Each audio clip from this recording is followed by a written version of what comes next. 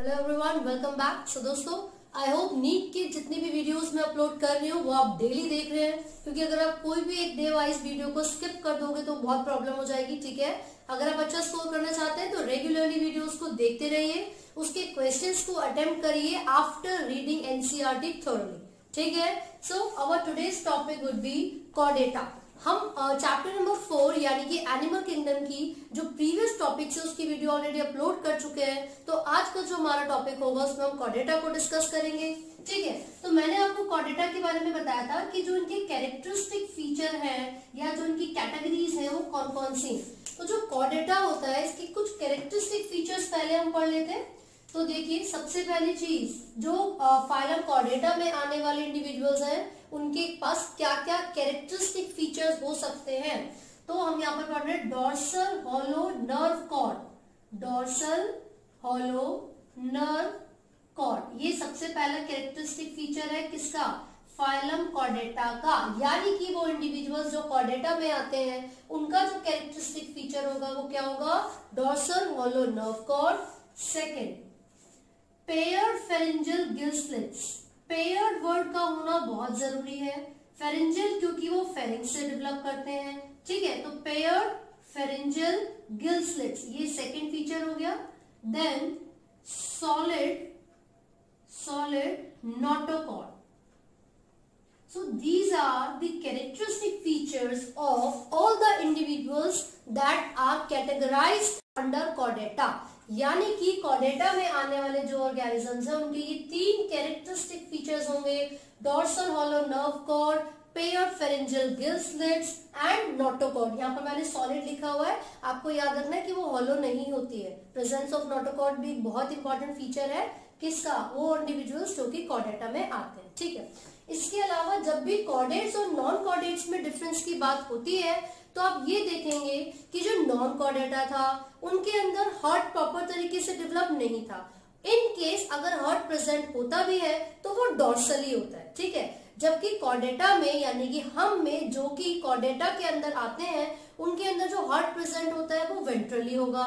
Right, जो अभी आपने नॉन कॉर्डेट्स पढ़े थे उसमें टेल नहीं होती, टेल एब्सेंट होती है, लेकिन कॉर्डेट्स में टेल प्रेजेंट होती है। उनमें नोटोकॉर्ड नहीं होगी, कॉर्डेट्स में नोटोकॉर्ड प्रेजेंट होती है। साथ साथ आपने गिल स्लिट्स की प्रेजेंस भी देखी है। तो ये कैरेक्टरिस्टिक फीचर्स आपको याद करने। इसके बाद मैंने आपको बताया था कि जो कॉर्डेटा है इसको हमने कैटेगराइज किया हुआ है कौन कौन सी दो कैटेगरीज में। कॉर्डेटा को हमने डिवाइड किया हुआ है किसमें? एनाथा और gnathostomaटा। तो यहाँ पर इसको सबसे पहली कैटेगरी को हम लिख रहे हैं जो कि जॉलेस होती है। कौन सी होती है? जॉलेस होती है। यहाँ पर जी साइलेंट है, इसको एनाथा बोला जाता है। देन यहाँ पर नेथोस्टोमा। ठीक है, नेथोस्टोमा या स्टोमेटा भी कई जगह पर आप देखोगे वो बिल्कुल करेक्ट होगा। ठीक है, तो ये जो एनाथा है या जो नेथोस्टोमा है इसमें दोनों में डिफरेंस कहाँ आता है? इनके पास जॉ प्रेजेंट नहीं है। दे आर नॉट कैटेगराइज्ड या दे हैव नो जॉ। ठीक है, जबकि नेथोस्टोमेटा की आप बात करोगे तो इनके पास जॉ प्रेजेंट होते हैं। तो हमने यहाँ पर लिख लिया बेसिक डिफरेंस इन दोनों के बीच में क्या है?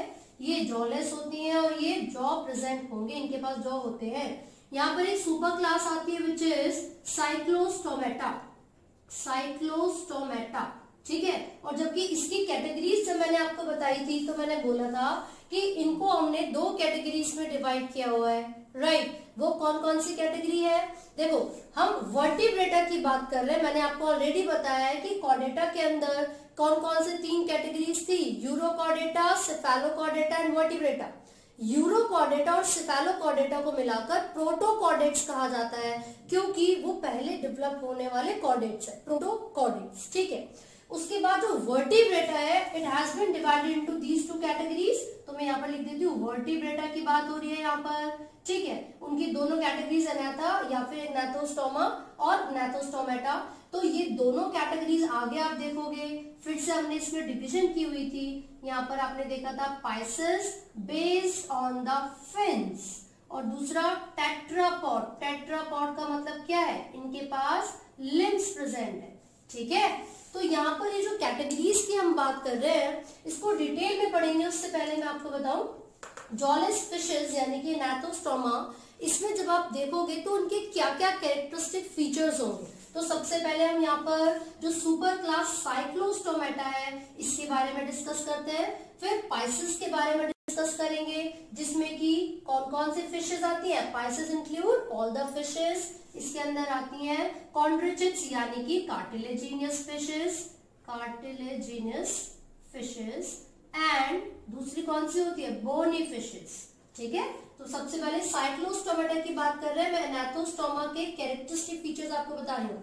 सबसे पहला पॉइंट हो गया जॉलेस, इनके पास जॉ नहीं होते। सेकंड पॉइंट, ये जो ऑर्गेनिजम्स हैं इनके पास पेयर्ड जो फिन्स होना चाहिए था वो नहीं होता, they do not have paired fins. तो हमने लिख लिया no paired fins and exoskeleton, no paired fins and exoskeleton. ठीक है, इसके साथ साथ इनका जो एंडोस्केलेटन होता है, एंडोस्केलेटन वो किससे बना होता है, कार्टिलेज से बना होता है, कार्टिलेज से बना होता है। ठीक है, तो जो एनाथोस्टोमा में जॉलेस फिशेस आती है उसकी एक सुपर क्लास है साइक्लोस्टोमेटा।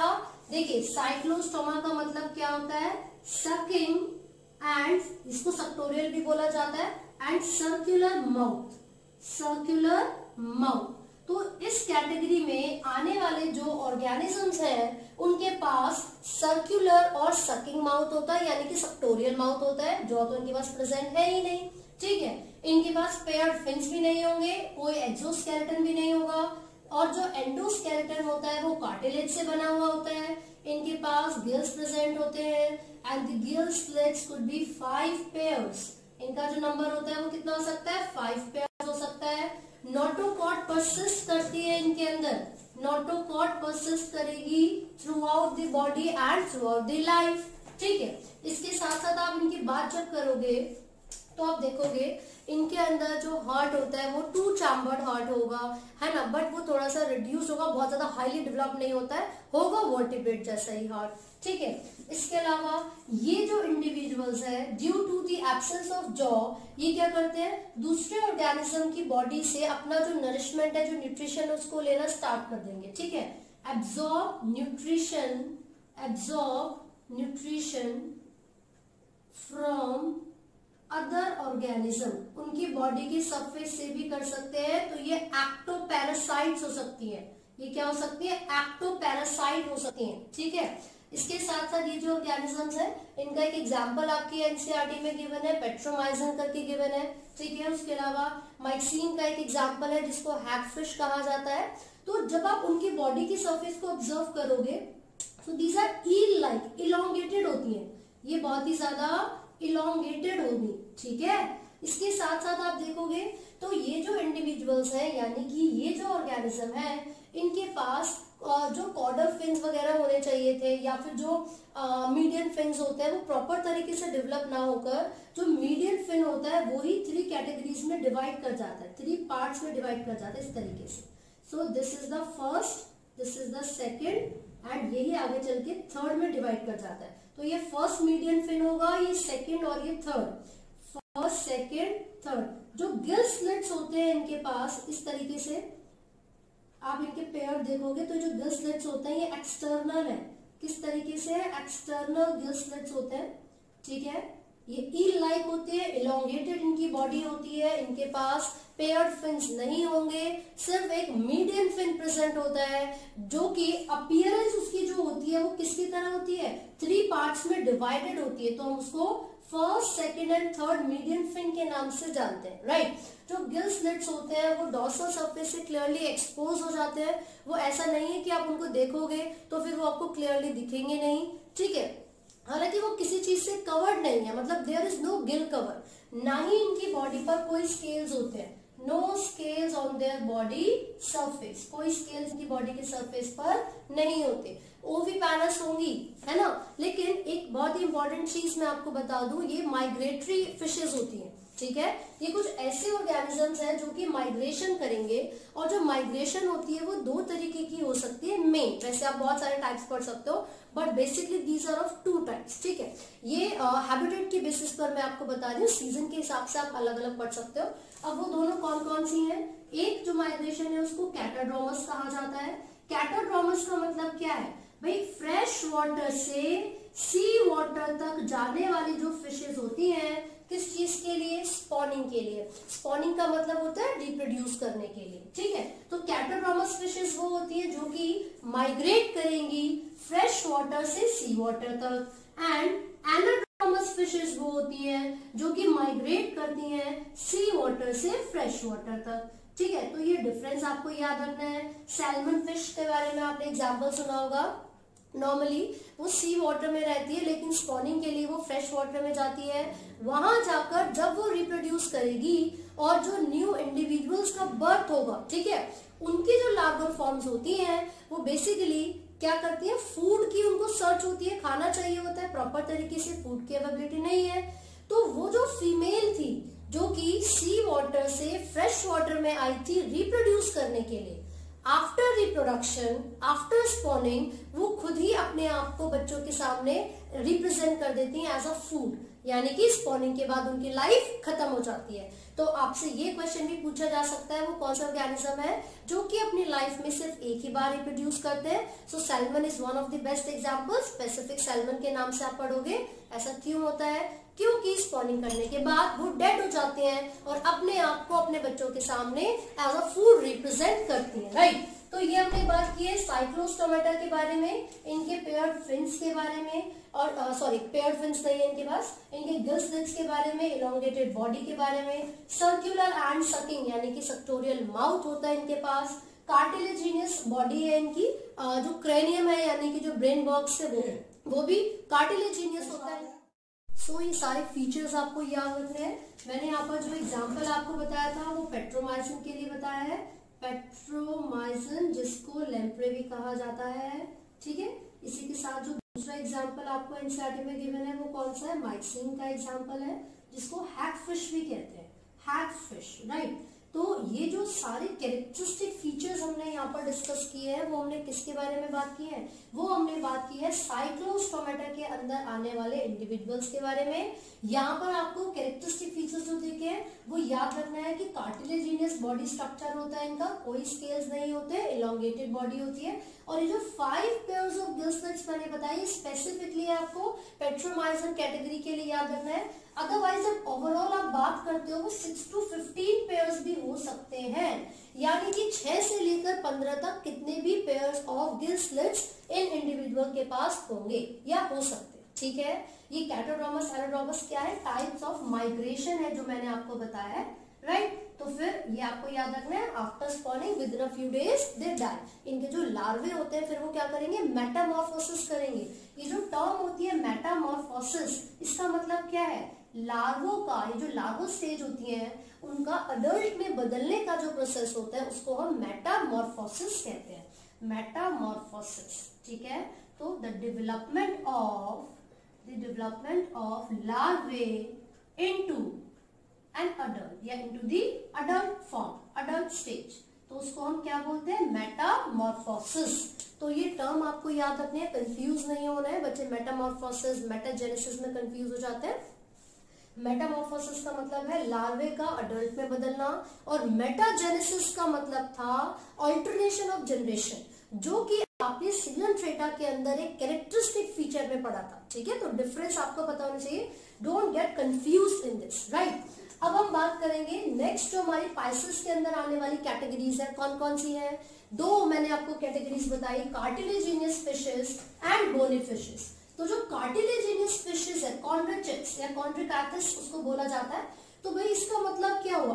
पूरा जो स्केलेटन होगा उसका, एंडोस्केलेटन, वो किससे बना होगा? कार्टिलेज से, एज द नेम सजेस्ट। भाई नाम से ही पता चल रहा है हम कॉन्ड्रिकैथिस के बारे में यानी कि कार्टिलेजिनियस फिशेस के बारे में बात कर रहे हैं, और बोनी फिशेस के बारे में। तो जो डिफरेंस आता है इन दोनों के अंदर वो उनके एंडोस्केलेटन में आता है।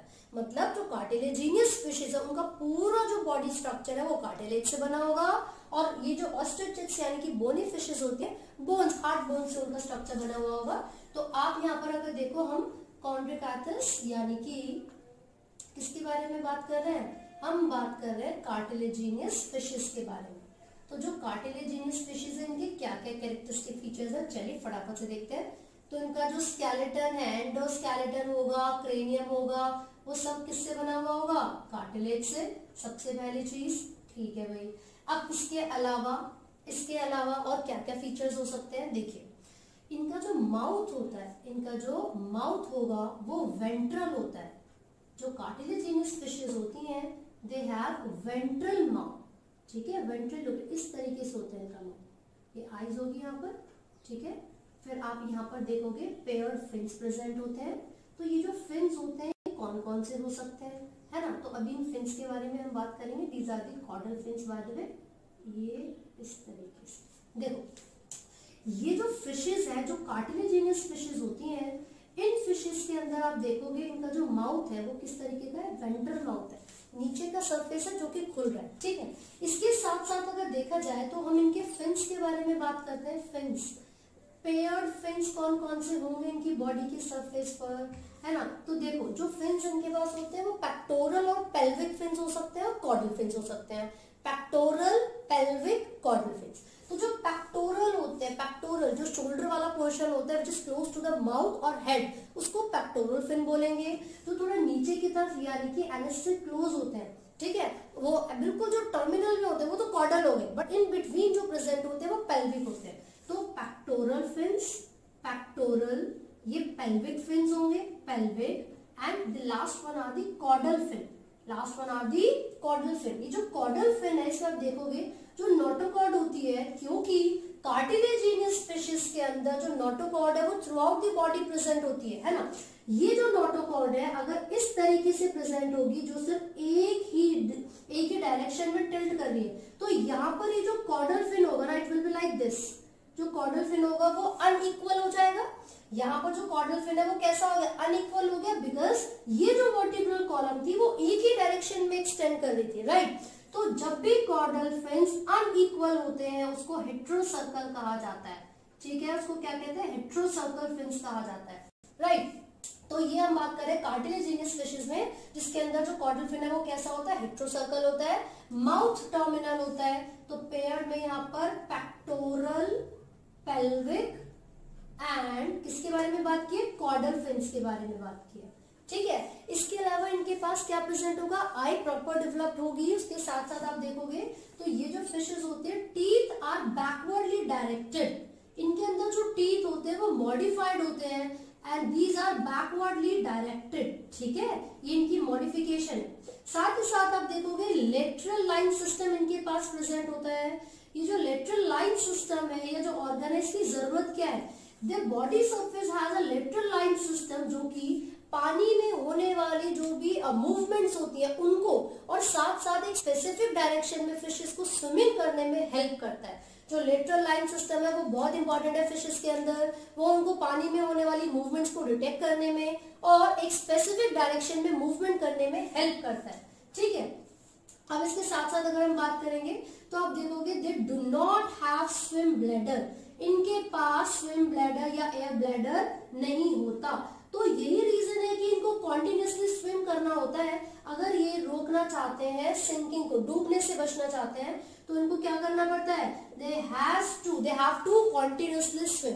तो इसका मतलब ये हुआ जो कार्टिलेजिनियस फिशेस हैं उनमें टर्मिनल माउथ होता है, कार्टिलेज से बना हुआ एंडोस्केलेटन है और क्रेनियम है। इनके अंदर आप देखोगे जो फिन्स है वो पेयर, पेक्टोरल, पेल्विक और कॉर्डल हो सकते हैं। इसके साथ साथ इनके पास आई प्रेजेंट होती है, जो गिल्स प्रेजेंट होंगे, gills, these are gills, let's अगर यहाँ पे लिख रहे हैं these are without operculum। अब operculum क्या होता है, operculum एक गिल कवर को कहा जाता है, operculum गिल कवरिंग को कहा जाता है, जो कि एक्सटर्नल सरफेस से गिल्स को कवर करेंगे, ठीक है।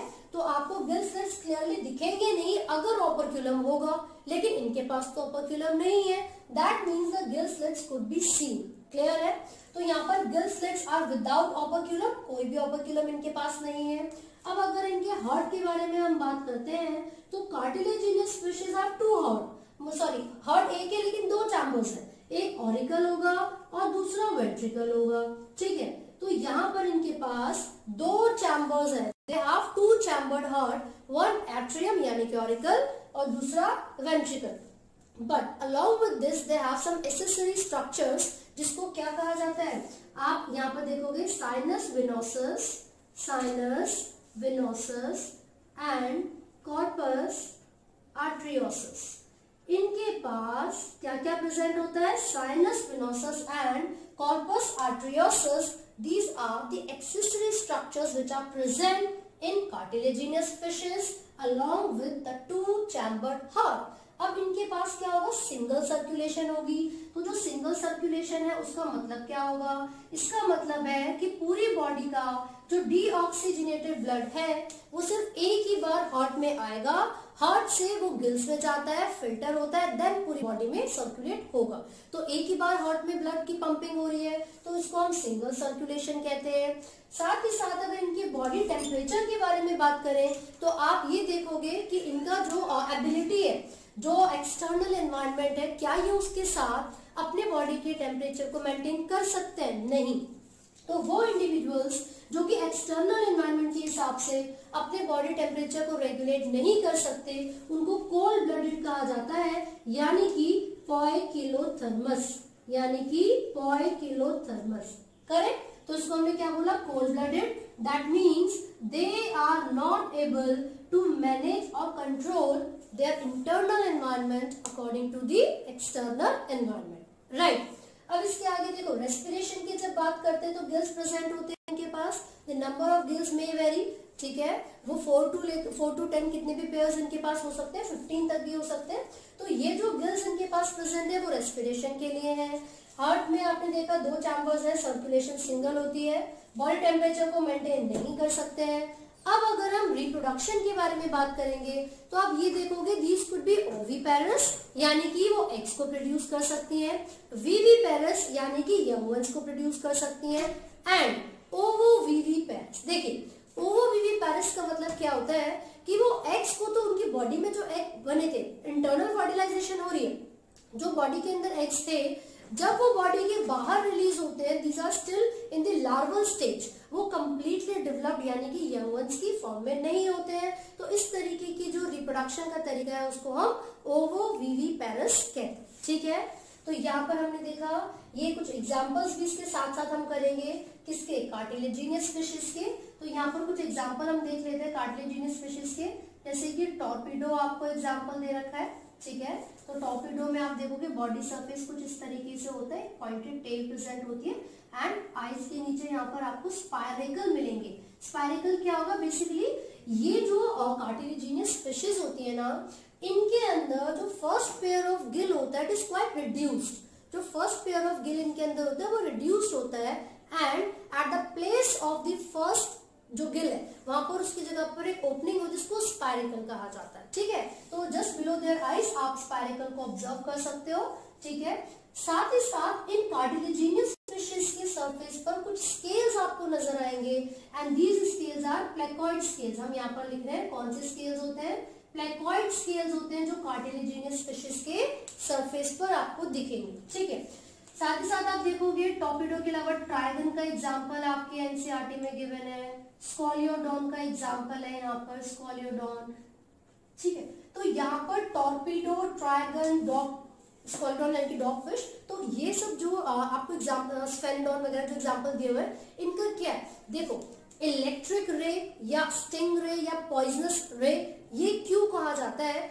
इनमें से कुछ फिशेस ऐसी होती हैं जो कि स्टिंग मारती हैं, यानी कि एक ऐसे डंक मारती हैं, या फिर बोलेंगे एक तरीके से अपने जो प्रेडेटर है उससे अपने आप को बचाने का एक तरीका उनके अंदर होता है। दे सीक्रेट सर्टेन हार्मफुल केमिकल्स जो कि उनके प्रेडेटर को उनसे दूर रखेगा और बचा के रखेगा।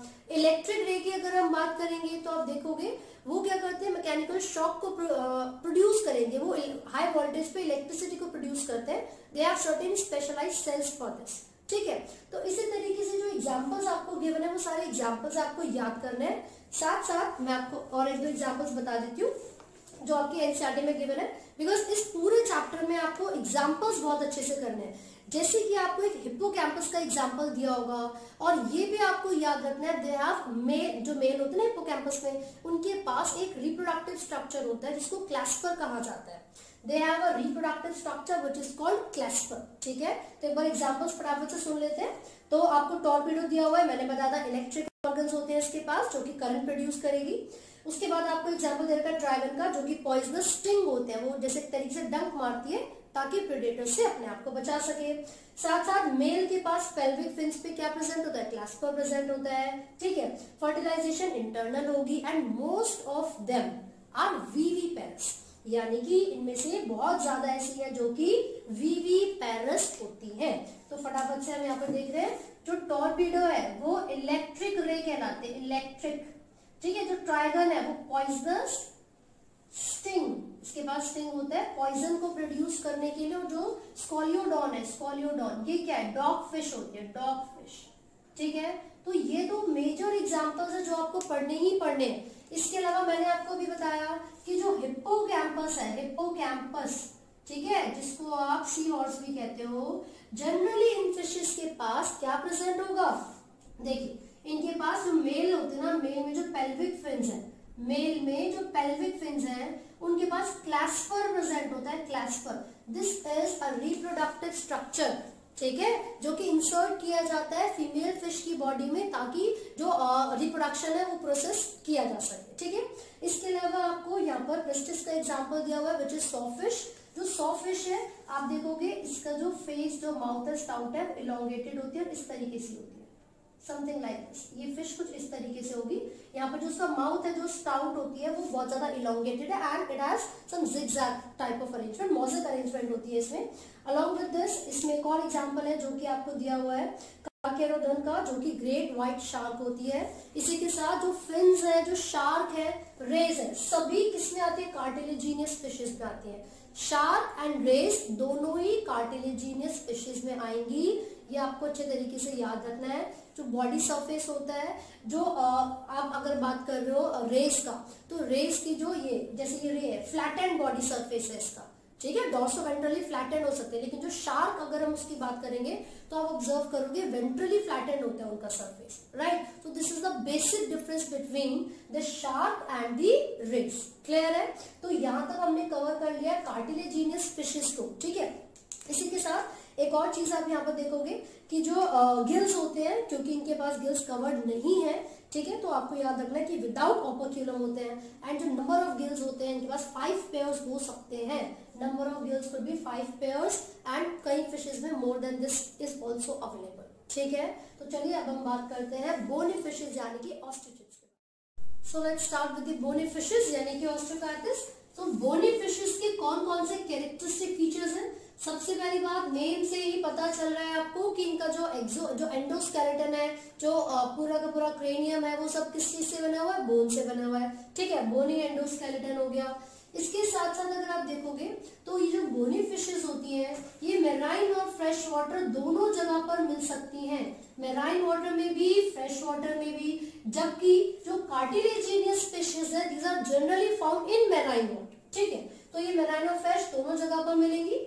इनका जो बॉडी स्ट्रक्चर है, एंडोस्केलेटन है, वो बोनी है, एंडोस्केलेटन, ठीक है। इनके पास 4 पेयर्स ऑफ गिल्स प्रेजेंट है, 4 पेयर्स ऑफ गिल्स प्रेजेंट है, और वो भी कवर्ड होते हैं ओपर्क्यूलम से।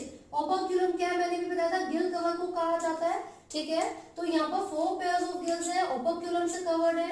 इनके पास भी 2 चैम्बर्ड हार्ट होगा, ठीक है। तो इनका जो हार्ट है वो 2 चैम्बर्ड हार्ट है। इनके पास भी एक्सेसरी कुछ यहाँ पर स्ट्रक्चर्स प्रेजेंट होते हैं, जिसको हम क्या बोलते हैं, साइनस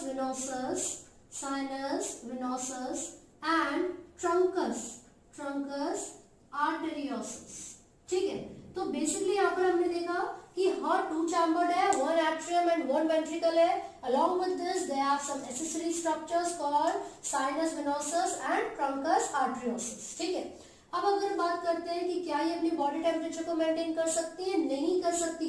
इसका मतलब है कि ये भी पॉइकिलोथर्मस होंगी, यानी कि इंटरनल एनवायरनमेंट को एक्सटर्नल एनवायरनमेंट के हिसाब से मेंटेन नहीं कर पाती है, राइट। इनकी बॉडी पर साइक्लॉइड या टिनॉइड स्केल्स होते हैं, साइक्लॉइड या टिनॉइड स्केल्स होंगे, कई जगह पर गोनॉइड स्केल भी आपको दिखेगा, दैट इज ऑल्सो करेक्ट, ठीक है।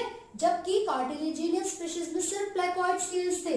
नेक्स्ट, अब यहाँ पर अगर बात करोगे स्विम ब्लैडर की, तो आप देखोगे दे हैव स्विम ब्लैडर, और यही स्विम ब्लैडर है जो कि जरूरी होता है बायोन्सी को मेंटेन करने के लिए।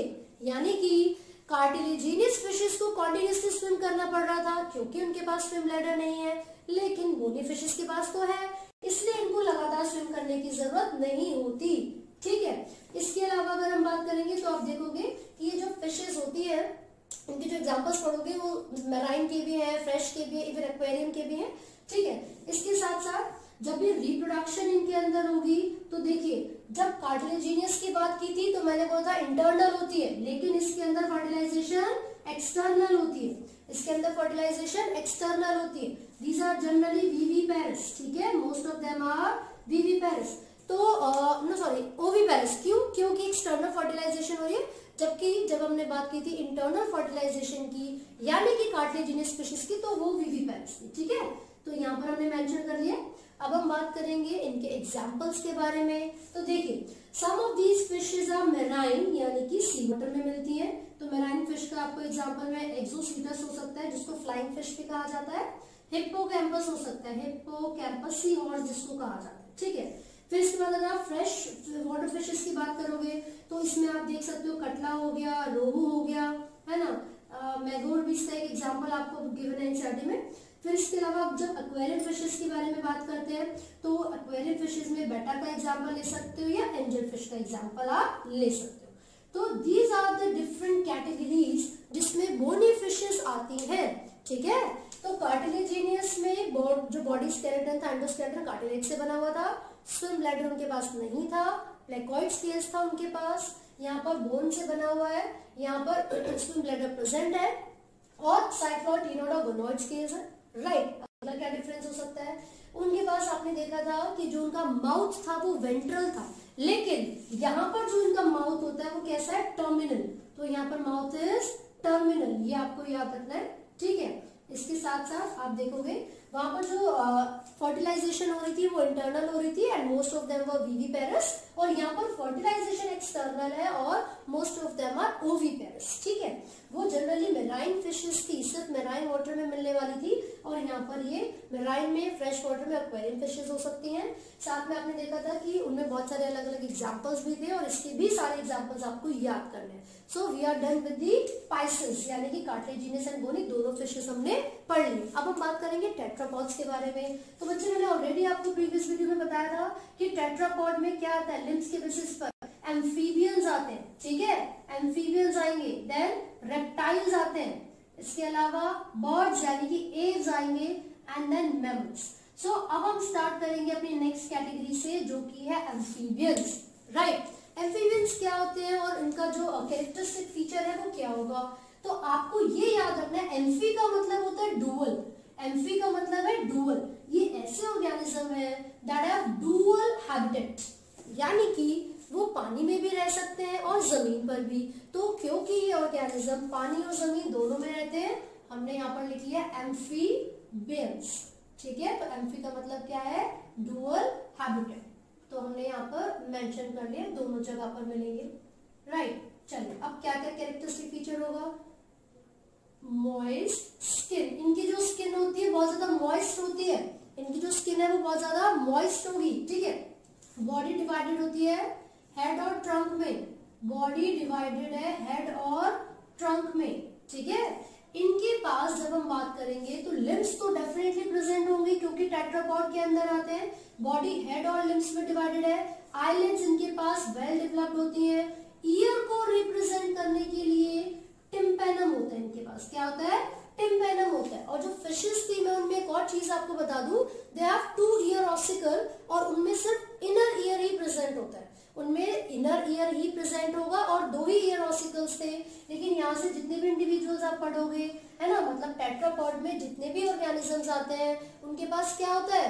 इन सभी के पास 3 ईयर ऑसिकल्स प्रेजेंट होते हैं, 3 ईयर ऑसिकल्स। करेक्ट। लेकिन जो फिशेस आपने पढ़ी है ना, उसमें आपको ये याद रखना है कि दे हैव विबेरियन अपैरेटस। ये एक विबेरियन अपैरेटस होता है उनके पास, और ये जो अपैरेटस है ये करता क्या है? ये ईयर के साथ कनेक्शन मेंटेन करके रखेगा स्केलेटन का। ठीक है, ईयर के साथ कनेक्शन मेंटेन रखने का काम किसका होता है? विबेरियन अपैरेटस का, जो कि फिशेस के अंदर प्रेजेंट होगा। ठीक है, अब यहाँ पर हम वापस आ जाते हैं एम्फीबियंस पे। आइलिड्स प्रेजेंट है, ईयर की ओपनिंग को टिम्पैनम रिप्रेजेंट करेगा। स्किन कैसी है, मॉइस्ट हो गई।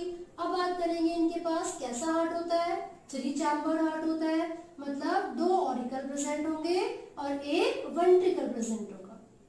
2 ऑरिकल्स 1 वेंट्रिकल, करेक्ट। इनके अंदर इनकम्प्लीट डबल सर्कुलेशन होती है, इनकम्प्लीट डबल सर्कुलेशन, यानी कि जो हार्ट है उसके अंदर 2 बार ब्लड सर्कुलेट होगा, लेकिन एक बार ऑक्सीजनेटेड और डीऑक्सीजनेटेड ब्लड आपस में मिक्स कर जाते हैं, ठीक है। तो इनके अंदर इनकम्प्लीट डबल सर्कुलेशन होती है।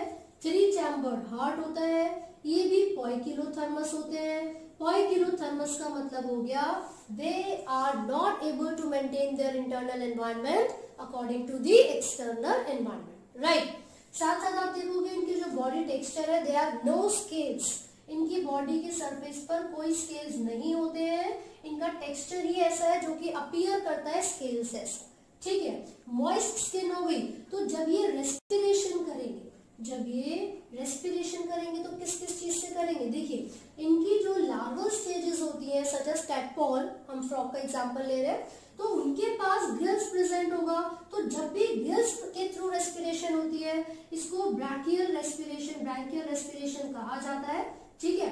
अब यहाँ पर आपने देखा गिल्स के थ्रू रेस्पिरेशन हो सकती है, और क्योंकि जो टेरेस्ट्रियल एम्फीबियंस हैं दे हैव लंग्स, तो लंग्स के थ्रू रेस्पिरेशन करेंगे, इसको प्लूरल रेस्पिरेशन भी कह देते हैं, ठीक है। यहाँ पर प्लूरल किस चीज के लिए यूज किया गया, लंग्स के लिए यूज किया गया, ठीक है। पल्मोनरी भी कहा जाता है इसको, जनरली आप वर्ड देखोगे पल्मोनरी, तो पल्मोनरी रेस्पिरेशन किस लिए है, लंग्स के लिए। इसी के साथ साथ जो कैरेक्टरिस्टिक फीचर्स है एम्फीबियन का वो ये है कि वो स्किन के थ्रू भी रेस्पिरेशन कर सकते हैं, and this is called cutaneous respiration. क्या कहते हैं उसको, क्यूटेनियस रेस्पिरेशन, राइट। तो हम यहाँ पर किसके बारे में बात कर रहे हैं, एम्फीबियंस के बारे में। इनके जो बॉडी स्ट्रक्चर है वो कैसा है ना, आईलिड्स प्रेजेंट है, टिम्पैनम रिप्रेजेंट करता है ईयर को, और हार्ट में 3 चैम्बर्स होते हैं, 2 एट्रियम और 1 वेंट्रिकल, इनकम्प्लीट डबल सर्कुलेशन है, ठीक है। ये हमने यहाँ पर इनकी सर्कुलेशन भी देख ली है, रेस्पिरेशन हो गई है। अगर रिप्रोडक्शन के बारे में बात करेंगे तो आप देखोगे एक्सटर्नल फर्टिलाइजेशन इनके अंदर मिलती है, एक्सटर्नल फर्टिलाइजेशन इनके अंदर मिलेगी, ठीक है। एक्सटर्नल फर्टिलाइजेशन के साथ साथ क्या होगा, क्या डायरेक्ट डेवलपमेंट होगी, indirect development is most common, ठीक है। लेकिन बहुत सारे केसेस में आपको डायरेक्ट डेवलपमेंट भी मिल सकती है। तो हमने यहाँ पर देखा फर्टिलाइजेशन एक्सटर्नल होती है, इनडायरेक्ट डेवलपमेंट होती है, ठीक है। और क्योंकि इनका जो हैबिटेट है वो डुअल है, इसलिए इनको एम्फीबियंस कहा जाता है, ठीक है। डिजिट्स प्रेजेंट होती है इनके पास जो कि वेब्ड होती हैं, जो डिजिट्स होती है इनके पास वेब्ड होती हैं। और पेरेंटल केयर का एक बहुत ही अच्छा एग्जांपल है एम्फीबियंस। इनमें पेरेंटल केयर बहुत ज्यादा देखी जाती है। जनरली जो ट्री फ्रॉग होते हैं, हाइला होता है ना, टोड वगैरह, ये क्या करते हैं, तो मेल होते हैं इनके अंदर, मेल एग्स को या तो अपनी बैक पर कैरी करेंगे या फिर कुछ स्टिकी ग्लू से उसको कलेक्ट करके रखते हैं, बस किसी तरीके से प्रेडेटर से उनको प्रोटेक्ट करते हैं, ठीक है। यहाँ पर इनके एग्जाम्पल्स के बारे में हम बात करेंगे। हाइला आपको एग्जाम्पल दे रखा है, बूफो का एग्जाम्पल दे रखा है, ट्री फ्रॉग वगैरह। इसके साथ साथ आपको एक लिम्बलेस एम्फीबियन भी दिया हुआ इक्थियोपस, तो वो एग्जाम्पल आप जरूर याद करेंगे, ठीक है। सैलमेंडर का एक एग्जाम्पल याद करेंगे which is a lizard like amphibian, लेकिन वो लिजर्ड नहीं है, वो रेप्टाइल नहीं है। तो ये सारे फीचर्स आपको अच्छे तरीके से याद करने हैं। अलॉन्ग विद दिस जो ये फ्रॉग्स हैं या जो एम्फीबियंस हैं, they have a single opening जिसको क्लोका कहा जाता है। ये जो ओपनिंग होती है वो उनके डाइजेस्टिव ट्रैक्ट के लिए, वो उनके जो यूरिनोजेनिटल ट्रैक्ट है उन सब के लिए एक सिंगल ओपनिंग होती है, जिसको एक्सक्रीटरी ट्रैक्ट के लिए भी, जिसको क्या बोलते हैं, क्लोका बोला जाता है, ठीक है, क्लोका। तो आपको ये याद रखना है, they have a single opening, ठीक है, जिसके थ्रू ये बॉडी के बाहर जो भी एक्सेस वेस्ट है उन सब चीजों को प्रोड्यूस करते हैं, डाइजेस्टिव सिस्टम का या जो भी इंटरकनेक्शन है इनकी बॉडी में। तो ये सारे के सारे एग्जाम्पल्स आपको याद करने हैं एम्फीबियंस के, ठीक है। अब हम आगे बढ़ेंगे और बात करेंगे रेप्टाइल्स के बारे में। तो जो रेप्टाइल्स हैं बेसिकली इनका जो कैरेक्टरिस्टिक फीचर है वो एम्फीबियन से तो डिफरेंट होगा। वो ये है that these organisms are more adapted to terrestrial habitat, यानी कि जो एम्फीबियंस होते हैं वो जमीन पर ज्यादा कंफर्टेबल है, है ना। तो जो इवोल्यूशन चल रहा था उसके रिजल्ट में भी देखा गया जो एम्फीबियंस हैं वो पानी से जब टेरेस्ट्रियल में आके रहना स्टार्ट कर दिया ज्यादा से ज्यादा, तो इवोल्यूशन के रिजल्ट में रेप्टाइल्स की फॉर्मेशन हुई। और जो रेप्टाइल्स और एम्फीबियन के एग्स का जो डिफरेंस है वो बहुत इंपॉर्टेंट है। आपको ये याद रखना है कि एम्फीबियन के जो एग्स होते हैं these are smaller and sticky, जो कि सनलाइट में ड्राई अप कर जाते हैं बहुत जल्दी। लेकिन जो रेप्टाइल्स है उनके जो एग होते हैं वो थिक शेल्ड होते हैं और वो जल्दी से ब्रेक नहीं करते हैं, ठीक है। तो चलिए अब हम बात कर रहे हैं किसके बारे में, रेप्टाइल्स के बारे में। तो रेप्टाइल्स कैसे ऑर्गेनिजम्स है, क्रॉलिंग, रेंगने वाले या फिर क्रीपिंग लिखा होगा, ठीक है। ये क्या करते हैं, क्रॉल या क्रीप करते हैं। ड्राई एंड कॉर्निफाइड स्किन इनकी होती है, ड्राई एंड कॉर्निफाइड स्किन, ठीक है। इनकी बॉडी पर स्केल्स प्रेजेंट होते हैं विच आर शार्प, है ना, ऐसे डैगर टाइप्स इनके बॉडी के सरफेस पर स्केल्स प्रेजेंट होते हैं, आप ऑब्जर्व कर सकते हो। ओपनिंग इनके पास, ईयर की जो ओपनिंग है वो रिप्रेजेंट की जाती है बाय टिम्पैनम या टिम्पैनिक मेम्ब्रेन उसको बोलते हैं ना, टिम्पैनम से आप रिप्रेजेंट करते हो, ठीक है। और इनके पास एक लॉन्ग स्टाउट होती है, लॉन्ग स्टाउट होती है इनके पास, ठीक है। इसी के साथ आप देखोगे तो इनके पास 3 चैम्बर्ड हार्ट है, 3 चैम्बर्ड हार्ट है, मतलब 2 ऑरिकल हो गए, 1 वेंट्रिकल हो गया। But there is an exception which is crocodile, उसके अंदर 4 चैम्बर्ड हार्ट होता है, इनके पास 4 चैम्बर्ड हार्ट होता है। तो इनके अंदर नॉर्मली जो सर्कुलेशन देखी जाती है वो इनकम्प्लीट डबल सर्कुलेशन होगी, इनकम्प्लीट डबल सर्कुलेशन, राइट। लेकिन क्योंकि क्रोकोडाइल में 4 चैम्बर्ड हार्ट है तो उसमें क्या होता है, कंप्लीट सर्कुलेशन होती है, कंप्लीट सर्कुलेशन होती है। डाइजेस्टिव सिस्टम इनके अंदर बहुत अच्छे से डेवलप्ड होता है, इंडिविजुअल ओपनिंग इनके पास प्रेजेंट होती है। साथ ही साथ अगर आप रेस्पिरेशन के बारे में बात करेंगे, since these individuals are well adapted to the terrestrial habitat, तो उनके पास लंग्स प्रेजेंट होंगे और लंग्स की मदद से ही ये रेस्पिरेशन करेंगे, जिसको हम क्या कह सकते हैं भाई, लंग्स के लिए भी हमने टर्म पढ़ा था पल्मोनरी रेस्पिरेशन, ठीक है। चलिए हम आगे बात करते हैं। तो इनमें स्नेक्स वगैरह भी आते हैं, है ना। तो होता ये है टॉर्टोइज हो, स्नेक हो, जनरली स्नेक की मैं बात कर रही हूँ, they shed their body skin, time to time उनकी जो बॉडी की स्किन है वो क्या होती रहती है, वो रिप्लेस होती रहती है, and this process is called ecdysis. इस प्रोसेस को हम क्या बोलते हैं, एक्डाइसिस। इसका मतलब है replacement of the skin, replacement of the skin. इनकी जो बॉडी सरफेस पर स्किन प्रेजेंट होती है समय समय पर ये उसको रिमूव करते रहते हैं, and the process of removal of the skin is called ecdysis. This is very common among the snakes, जो हायर स्नेक्स होते हैं उनके अंदर ये प्रोसेस कॉन्टिन्यूसली चलता रहता है, ठीक है। ये एग लेइंग ऑर्गेनिजम्स हैं, यानी कि ओवीपैरस होंगे, इंटरनल फर्टिलाइजेशन इनके अंदर होती है, ठीक है। तो फर्टिलाइजेशन इंटरनल है तो डेवलपमेंट डायरेक्ट होगी, ठीक है। तो यहाँ पर हमने इनके बारे में पढ़ा डायरेक्ट डेवलपमेंट। इसी के साथ इसके जो एग्जांपल्स है बहुत सारे याद करने हैं, नाजा आपको किसका एग्जांपल दिया हुआ है, स्नेक का, कोबरा का एग्जांपल है, टॉर्टोइज दे रखा है, कैमेलियन दे रखा है, ठीक है। इसके अलावा बहुत सारे एग्जांपल्स है जो कि एनसीईआरटी में गिवन है। अगर आप वो सभी एग्जांपल्स भी बहुत अच्छे से कर लोगे so it will be more than enough. क्योंकि देखिए 4 ऑप्शंस आते हैं। अगर आपको ये क्वेश्चन दिया गया है that which of the following is not categorised under reptiles, ठीक है, तो अगर आपको उसमें से कोई 3 एग्जांपल्स भी अच्छे तरीके से याद होंगे तो वो बहुत आसान होगा आपके लिए चौथे एग्जांपल को सेलेक्ट करना, करेक्ट। तो इसलिए आप एटलीस्ट एनसीईआरटी के तो सारे ही एग्जांपल्स बहुत अच्छे तरीके से याद करें, क्योंकि उसके बाहर से कोई बहुत ज्यादा ऐसा कॉम्प्लिकेटेड क्वेश्चन नहीं आएगा जो कि कभी आपने पढ़ा ही ना हो, राइट। तो यहाँ तक आप अच्छे से करेंगे। अब हम बात करेंगे किसके बारे में, एव्स यानी कि बर्ड्स के बारे में। तो जो एव्स है यानी कि जो बर्ड्स हैं, इस क्लास की कुछ ना कुछ तो खासियत होगी, अलग से इसको कैटेगराइज किया गया है ना।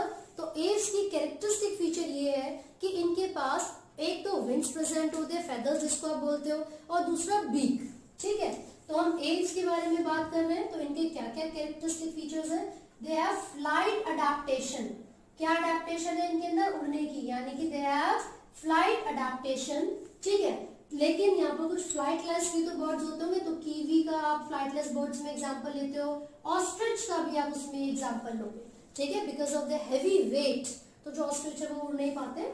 इसके साथ अगर हम बात करेंगे तो आप यहाँ पर देखोगे इनके पास बीक प्रेजेंट होती है ना। तो जो बीक है वही इनका काम करेगी किस चीज के लिए, किसी भी चीज उसको पिक करने के लिए, ठीक है। इनके पास फेदर्स प्रेजेंट होते हैं जो कि इनकी बॉडी के टेम्परेचर को मेंटेन करने में हेल्प करेंगे। हालांकि ये जो ऑर्गेनिजम्स होते हैं ये होम्योथर्मस होते हैं। इसका मतलब होता है कि इनके अंदर एबिलिटी है, they have the ability to maintain their internal environment, ठीक है, to maintain their internal environment. तो ऐसे ऑर्गेनिज्म जिनके अंदर इंटरनल एनवायरनमेंट को मेंटेन करने की एबिलिटी होती है उसको होम्योथर्मस कहा जाता है, यानी कि वार्म ब्लडेड, यानी कि वार्म ब्लडेड, करेक्ट। अब ये जो ऑर्गेनिज्म है ताकि ये इजीली फ्लाइट कर सके, उड़ सके, they have some specialized muscles, ठीक है। तो यहाँ पर आपको मसल्स के नाम मैं बता देती हूँ। जो माइनर और मेजर मसल्स इनके अंदर प्रेजेंट होती हैं, है ना, पेक्टोरालिस, माइनर या minora pectoralis and majora pectoralis, ठीक है। उसको आप पेक्टोरालिस, माइनोरा एंड मेजोरा, ठीक है। These are the specialized muscles जो कि किस चीज में हेल्प करेंगी, फ्लाइट अडेप्टेशन के लिए इनको एबल करवाती है, सक्षम बनाती है। तो ये जो मेजोरा है ना, ये उनको नीचे आने में, और जो माइनोरा है वो ऊपर लिफ्ट करने में हेल्प करती है, ठीक है। तो pectoralis, majora and minora, these are the flight muscles which are found in the birds. इसके साथ साथ आप देखोगे इतने आसानी से इतनी ऊंचाई तक उड़ने के लिए वजन कम होना जरूरी है। तो इनके पास जो हड्डियां होती है, जो बोन्स होती है, वो होलो बोन्स होती है, जिसको कहा जाता है न्यूमैटिक बोन्स, जिसको कहा जाता है न्यूमैटिक बोन्स, राइट। और इनकी पूरी बॉडी की सरफेस पर कोई भी ग्लैंड प्रेजेंट नहीं होता except the oil gland at the base of tail. तो इनकी जो टेल है उसके बेस पर ऑयल ग्लैंड प्रेजेंट होगा, उसके अलावा इनकी बॉडी सरफेस पर कोई भी ग्लैंड प्रेजेंट नहीं होते हैं। तो आपने अगर ऑब्जर्व किया, वो अपनी बीक को पीछे की तरफ लेके जाते हैं, टेल के बेस पर प्रिक करती हैं और अपने जो पंख है उसके ऊपर फेरती हैं। ऐसा क्यों? क्योंकि जो ड्राइनेस होती है उनकी फेदर पे, पंख पे उड़ते उड़ते, उस ड्राइनेस को ठीक करने के लिए, ठीक है। तो यहाँ पर हमने किसके बारे में बात की? एव्स यानी कि बर्ड्स के बारे में बात की है। अब इनके डाइजेस्टिव सिस्टम के बारे में अगर मैं बात करूं तो आप देखोगे इसमें दो एडिशनल स्ट्रक्चर्स होते हैं, एक है क्रॉप और एक है gizzard. They have additional structures in their digestive system, वो है क्रॉप और गिजार्ड। क्रॉप स्टमक की तरह एक्ट करेगा, यानी कि स्टोरेज एंड फंक्शन, इसका फंक्शन क्या है? स्टोरेज।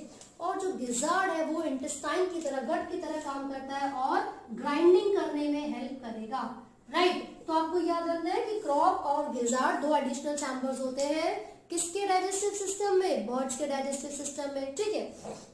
इसी के साथ मैं आपको बता दूं, ये जो फिशेस हमने देखी थी ना, जो एक्सक्रीशन की बात होती है तो वो अमोनिया को प्रोड्यूस कर रही है, तो वो अमोनोटेलिक हो गई। जब हम एम्फीबियंस के बारे में बात करते हैं, if these organisms are producing uric acid, तो यूरिकोटेलिक बोलते हैं। तो एक्सक्रीशन में बेसिकली आपको याद रखना है, यूरिया प्रोड्यूस करने वाले ऑर्गेनिज्म को यूरियोटेलिक, यूरिक एसिड प्रोड्यूस करने वाले ऑर्गेनिज्म को यूरिकोटेलिक कहते हैं। तो बच्चे से बहुत कंफ्यूज होते हैं। यूरिको इज फॉर यूरिक एसिड। जैसे मैं बर्ड्स की बात करूं तो ये यूरिकोटेलिक है क्योंकि ये यूरिक एसिड को प्रोड्यूस करते हैं, ठीक है।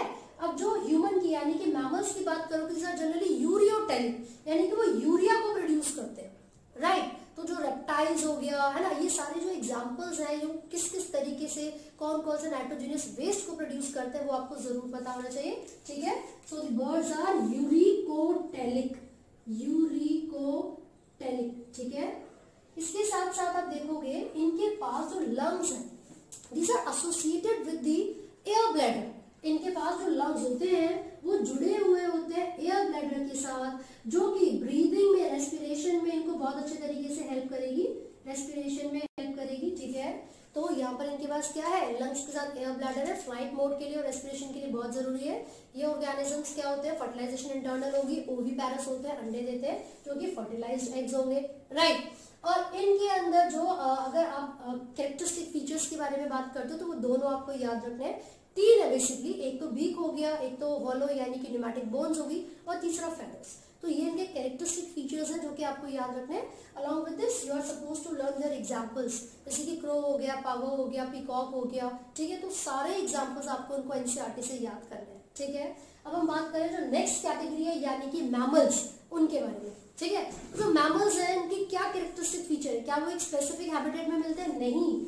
सबसे ज्यादा डाइवर्स इंडिविजुअल्स या डाइवर्स कैटेगरी जो है वो मैमेलिया मानी जाती है। और ऐसा इसलिए क्योंकि ये जो मैमल्स हैं ये बहुत सारे अलग अलग हैबिटेट में मिल सकते हैं, केव में मिल सकते हैं, हवा में मिल सकते हैं, पानी में मिल सकते हैं, जमीन पे मिल सकते हैं, राइट। तो they have a diverse habitat, तो इनका क्या होगा, बहुत ही डाइवर्स हैबिटेट होता है, ठीक है। दूसरी चीज, अब यहाँ पर आप देखोगे कि जो मैमेलिया है ये हायर कैटेगरी में से आती है। इनका जो नाम पड़ा है मैमल्स वो इसलिए पड़ा है because they have mammary glands. इनके पास क्या प्रेजेंट होता है, मेमोरी ग्लैंड्स प्रेजेंट होते हैं, ठीक है। इनकी बॉडी हेयरी होती है और एक्सटर्नल ईयर को रिप्रेजेंट करने के लिए इनके पास पिन्ना प्रेजेंट होता है, ठीक है। ये अलग अलग हैबिटेट में मिल सकते हैं, अलग अलग तरीके से जो उनके लिम्स हैं वो फंक्शन परफॉर्म कर सकते हैं, वॉकिंग, रनिंग, स्विमिंग, बर्रोइंग, अलग अलग चीजों के लिए इनके जो लिम्स हैं वो अडेप्टेड होते हैं, ठीक है। साथ साथ आप देखोगे ये भी अपने बॉडी टेम्परेचर को मेंटेन कर लेते हैं, है ना। तो उसका मतलब है ये भी होम्योथर्मस होंगे, होम्योथर्मस, करेक्ट। अब इसके साथ साथ आप देखोगे इनकी जैसे कि अगर हम बात करेंगे रेस्पिरेशन के लिए, तो क्योंकि ये टेरेस्ट्रियल है तो उनके पास क्या होगा, लंग्स होगा, और लंग्स के थ्रू रेस्पिरेशन कर रहे हैं यानी कि उसको हम बोलेंगे पल्मोनरी रेस्पिरेशन। जब डाइजेस्टिव सिस्टम के बारे में बात करते हैं तो वो कंप्लीट डाइजेस्टिव सिस्टम होता है इनके अंदर, डाइजेस्टिव सिस्टम इज कंप्लीट, ठीक है। कंप्लीट डाइजेस्टिव सिस्टम से क्या मतलब है, दो ओपनिंग्स होती हैं इनके अंदर, माउथ एंड एनस, दो इंडिविजुअल ओपनिंग इनके अंदर प्रेजेंट होगी, ठीक है। इनका जो हार्ट होता है वो 4 चैम्बर्ड होता है। बर्ड्स में और मैमल्स में 4 चैम्बर्ड हार्ट है, यानी कि 2 ऑरिकल्स एंड 2 वेंट्रिकल्स प्रेजेंट है। इसका मतलब है कि डबल सर्कुलेशन होगी, डबल सर्कुलेशन, ठीक है। तो रेस्पिरेशन देखा, डाइजेस्टिव सिस्टम देखा। अगर नर्वस सिस्टम की यहाँ पर बात करते हैं तो बर्ड्स में भी वेल डेवलप्ड होगा और मैमल्स में भी optic lobes and olfactory lobes are well developed. Vision के लिए और स्मेल के लिए जो लोब्स होते हैं सबसे ज्यादा डेवलप्ड होते हैं, और जो बर्ड्स हैं उनके अंदर तो स्पेसिफिकली ऑल्फैक्टरी लोब्स बहुत अच्छे से डेवलप्ड है, ठीक है, ऑप्टिक लोब्स भी। तो जो मैमेलियन की हम बात करेंगे तो इनका जो नर्वस सिस्टम है this is highly developed, neurons, billions of neurons present होते हैं, hundreds of billions of neurons present होते हैं। एंड वो सीएनएस भी कंप्लीटली डेवलप्ड होगा, that has brain and spinal cord, brain and spinal cord, ठीक है। अब हम बात करेंगे इनकी जो ये रिप्रोडक्शन करते हैं वो कैसे होगी, इंटरनल फर्टिलाइजेशन होगी, sexes are separate, male female अलग होते हैं, ठीक है। इंटरनल फर्टिलाइजेशन होती है, डायरेक्ट डेवलपमेंट होती है, विविपैरस होते हैं। लेकिन मैमेलिया में आप एक एक्सेप्शन पढ़ रहे हो ओविपैरस की, ओविपैरस जिसका नाम है ऑर्निथोराइकस यानी कि प्लैटिपस, ठीक है। तो ये एग्जांपल आप जरूर याद रखेंगे, ऑर्निथोराइकस ये किसका एग्जांपल है, ये है प्लैटिपस ओविपैरस का, प्लैटिपस जो कि ओविपैरस है यानी कि एग प्रोड्यूस करने वाले। इसके अलावा आप इसमें cow, dog, cat, human, monkey, chimpanzee, gibbon सभी के एग्जांपल्स पढ़ सकते हैं। तो जो मैमेलिया है, क्लास मैमेलिया, इसके सारे फीचर्स आपको याद रखने हैं, हैबिटेट भी याद रखोगे, ठीक है। साथ ही सारे एग्जांपल्स जो भी एनसीईआरटी में आपको गिवन है आपको वो थोरोली याद करना, ठीक है। तो this is all from the chapter number 4 animal kingdom. I hope आपको ये समझ में आया है। अगर इस चैप्टर को आप स्ट्रॉन्ग बनाना चाहते हैं तो एक भी एग्जाम्पल मिस मत कीजिएगा। So all the very best and do not forget to like, share and subscribe.